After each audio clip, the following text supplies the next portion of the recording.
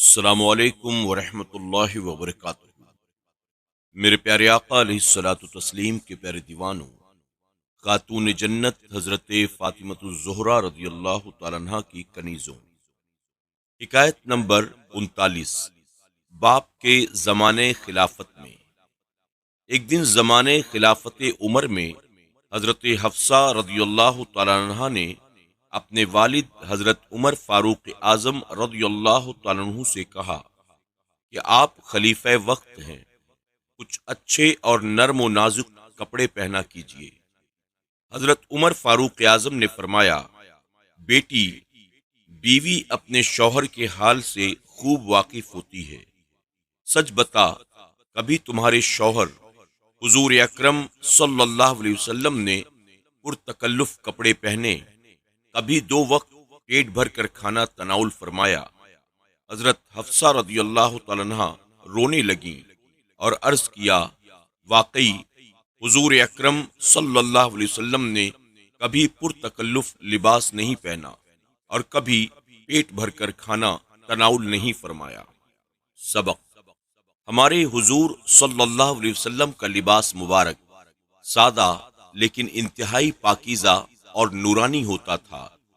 مالک کونین ہوتے ہوئے بھی سادہ رہنا آپ پسند فرماتے تھے۔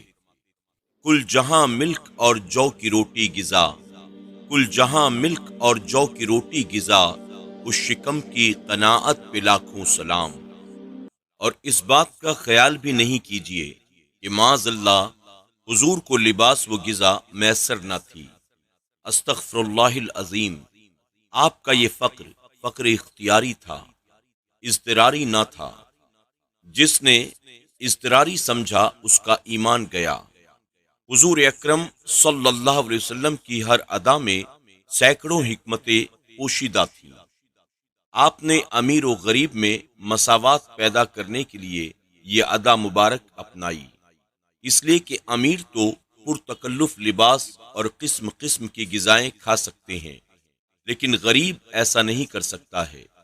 ان دونوں میں مساوات پیدا کرنے کے لیے یہ صورت تو ہو نہیں سکتی کہ سارے غریب بھی پرتکلف پہنے اور پرتکلف کھانا کھانا شروع کر دیں۔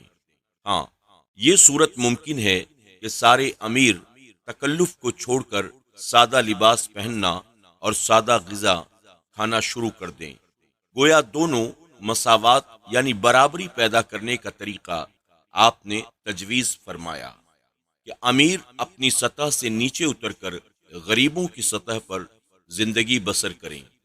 چنانچہ خود حضور اکرم صلی اللہ علیہ وسلم نے، جو سارے جہاں سے بڑے ہیں اور دونوں جہانوں کے مالک ہیں، آپ نے اپنے آپ کو مساکین کی سطح پر رکھ کر اپنی امت کو یہ درس دیا کہ اس فانی جہاں میں تکلف کو چھوڑ کر سادگی اختیار کرو اور اگلا جہان آباد کرو۔ آپ کو علم تھا کہ کئی میرے غریب امتی ایسے بھی ہوں گے جن پر فاقے بھی آئیں گے۔ ان کی تسلی کے لیے آپ نے اختیاری طور پر فاقہ بھی اختیار فرمایا، تاکہ میرے فاقہ کرنے والے امتی میرے فاقے کو یاد کر کے خوش ہو جائیں کہ فاقے کرنے کی سنت نبوی ادا ہو گئی۔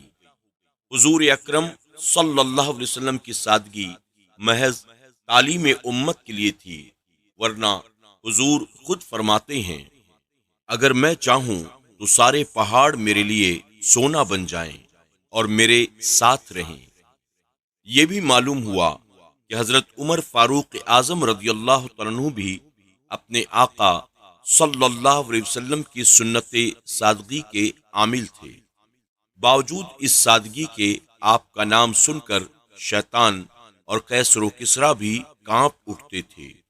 آپ کا نام سن کر شیطان تو آج بھی کانپ اٹھتا ہے اور تو کچھ نہیں کر سکتا، ہاں گالیاں دینے لگتا ہے۔ یہ بھی پتا چلا کہ آج کل کے ماڈرن دور میں تکلفات بہت ہیں، جن کی بدولت سب تکلیف میں ہیں۔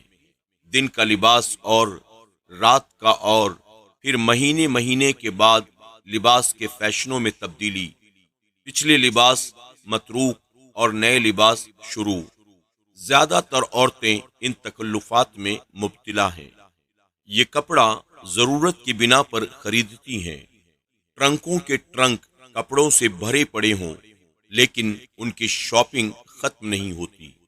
اے مسلمان عورت، سادگی ہر وقت رکھ پیش نظر، سادگی ہر وقت رکھ پیش نظر، حضرت حفصہ کا رونا یاد کر۔ حکایت نمبر 40۔ ام المومنین حضرت ام سلمہ رضی اللہ تعالی عنہ، آپ کا تعلق قریش کے قبیلے بنو مخزوم سے تھا۔ آپ کا پہلا نکاح آپ کے چچیرے بھائی حضرت ابو سلمہ بن عبد الاسد سے ہوا۔ یہ اور ان کے شوہر دونوں ان لوگوں میں سے ہیں جن کو قدیم الاسلام کہا جاتا ہے۔ جس طرح اسلام میں دوش بدوش تھے، اسی طرح ہجرت میں بھی ایک دوسرے کے ساتھ ساتھ رہے۔ پہلے حبشہ کا رخ کیا، یہاں سے کچھ دنوں کے بعد مدینے کی طرف ہجرت کی۔ ہجرت میں حضرت ام سلمہ رضی اللہ تعالیٰ عنہ کو جو المناک واقعات پیش آئیں وہ نہایت صبر آزما اور درد انگیز ہیں۔ ابھی حضرت ام سلمہ کے مصائب تازہ تھے اور شوہر کے پاس زیادہ رہنے کا موقع نہ ملا تھا کہ ابو سلمہ رضی اللہ تعالیٰ عنہ کو جہاد غزوہ احد میں شریک ہونا پڑا۔ میدان جنگ میں ان کا بازو زخمی ہو گیا۔ ایک ماہ کے بعد صحت ہو گئی، مگر کچھ سالوں کے بعد زخم شک ہو گیا اور آپ کے وصال کی خبر حضرت ام سلمہ رضی اللہ تعالیٰ عنہ حضور اکرم صلی اللہ علیہ وسلم کو سنانے آئیں۔ حضور اکرم صلی اللہ علیہ وسلم خود ان کے گھر تشریف لائے۔ مکان محشر غم بنا ہوا تھا۔ ام سلمہ رضی اللہ تعالیٰ عنہ بار بار کہتی، ہائے غربت میں کیسی موت ہوئی۔ حضور نے صبر کی تلقین فرمائی اور فرمایا، ان کی مغفرت کے لیے دعا کرو اور کہو، اے اللہ مجھے ان سے بہتر ان کا جانشین دے۔ پھر حضور اکرم صلی اللہ علیہ وسلم نے بڑے اہتمام سے ابو سلمہ کی خود نماز جنازہ پڑھائی۔ عدت پوری ہو جانے کے بعد حضور اکرم صلی اللہ علیہ وسلم نے بحکم الہی حضرت ابو بکر و عمر رضی اللہ تعالیٰ عنہما کے ذریعے سے اپنے نکاح کا پیغام بھیجا۔ ام سلمہ راضی ہو گئیں اور 4 ہجری کے شوال کی آخری تاریخوں میں آپ کا نکاح ہو گیا۔ حضرت ام سلمہ رضی اللہ تعالیٰ عنہ کی بے مائگی اور غربت کا احساس ایسا نہ تھا جو حضور اکرم صلی اللہ علیہ وسلم کو متاثر نہ کرتا۔ اسی تاثیر کی بدولت حضرت ام سلمہ رضی اللہ تعالیٰ عنہ کے اس جاں صدمے کی تلافی ہو گئی جو ان کو ابو سلمہ کی وفات سے پیدا ہوئی تھی، بلکہ ان کی عارضی مدت حیات ابدی مسرت میں تبدیل ہو گئی۔ سبق: ام المومنین حضرت ام سلمہ رضی اللہ تعالیٰ عنہ نے جس صبر و استقامت سے دشمنان اسلام کے مصائب و علم کو برداشت کیا اور پائے استقلال میں لغزش نہیں آنے دی، وہ ہمارے لیے مشعل راہ ہے۔ اسلام کی خاطر اپنے عزیز و اقارب وطن کو چھوڑا، کس لیے؟ صرف ایمان کے لیے۔ نہ اپنی جان کی خاطر، نہ اپنی آن کی خاطر، نہ اپنی جان کی خاطر، نہ اپنی آن کی خاطر، وطن کو میں نے چھوڑا ہے فقط ایمان کی خاطر۔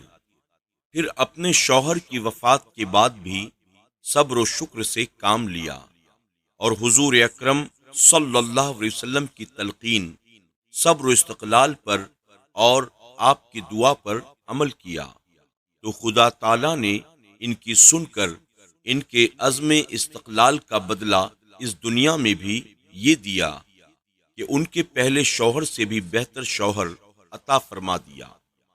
حضرت ام سلمہ رضی اللہ تعالیٰ عنہ صاحب اولاد تھیں، بلکہ جس وقت ان کے پہلے شوہر کا وصال ہوا وہ حاملہ تھیں۔ باوجود اس کے عدت گزارنے کے بعد آپ نے دوسرا نکاح کر لیا۔ ایک آج کل مسئلہ یہ بھی ہے کہ کوئی عورت بیوہ ہو جائے تو کہتی ہے میں تو ساری عمر یوں ہی ان کے حق میں بیٹھی رہوں گی۔ بالخصوص اگر کوئی عمر رسیدہ عورت یا مرد بیوہ یا رنوا ہو جائے تو ان کے نکاح ثانی پر انگشت نمائیاں ہونے لگتی ہیں۔ دیکھو جی، اس عمر میں آ کر دوسری شادی کرتے ہیں، انہیں شرم نہیں آتی۔ حالانکہ جو شرم والی باتیں ہیں ان پر انگشت نمائی کرنے والوں کو خود بھی شرم نہیں آتی۔ خدا تعالیٰ کا صاف ارشاد ہے، وَأَنكِحُوا الْأَيَامَ مِنكُمْ وَالصَّالِحِينَ مِنْ عِبَادِكُمْ وَإِمَائِكُمْ۔ مفہوم، اور نکاح کرو اپنوں میں جو بے نکاح ہوں، مرد یا عورت، کنوارے یا غیر کنوارے، اور اپنے لائق بندوں اور کنیزوں کا، یعنی تم میں سے جو بے نکاح ہوں، مرد یا عورتیں، کنوارے یا بے کنوارے، ان کا نکاح کر دو۔ مگر باوجود اس حکم کے یار لوگوں نے یہ مسئلہ گڑھ رکھا ہے کہ فلاں عورت فلاں مرد کے حق میں بیٹھی ہے اور فلاں مرد عورت کے حق میں بیٹھا ہے۔ خوب ہے یہ حق بھی کہ جیتے جی نہ تو میاں نے بیوی کا حق ادا کیا اور نہ بیوی نے میاں کا حق، اور اب مر جانے کے بعد یہ اس کے حق میں اور وہ اس کے حق میں بیٹھا ہے، اور شریعت کا حق ناحق دبائے بیٹھا ہے۔ وہ مسئلے ہیں آپ نے خود ہی گڑھے ہوئے، وہ مسئلے ہیں آپ نے خود ہی گڑھے ہوئے، رب جانے آپ ہیں کہاں سے پڑھے ہوئے۔ آج کے درس میں بس اتنا ہی۔ السلام علیکم ورحمۃ اللہ وبرکاتہ۔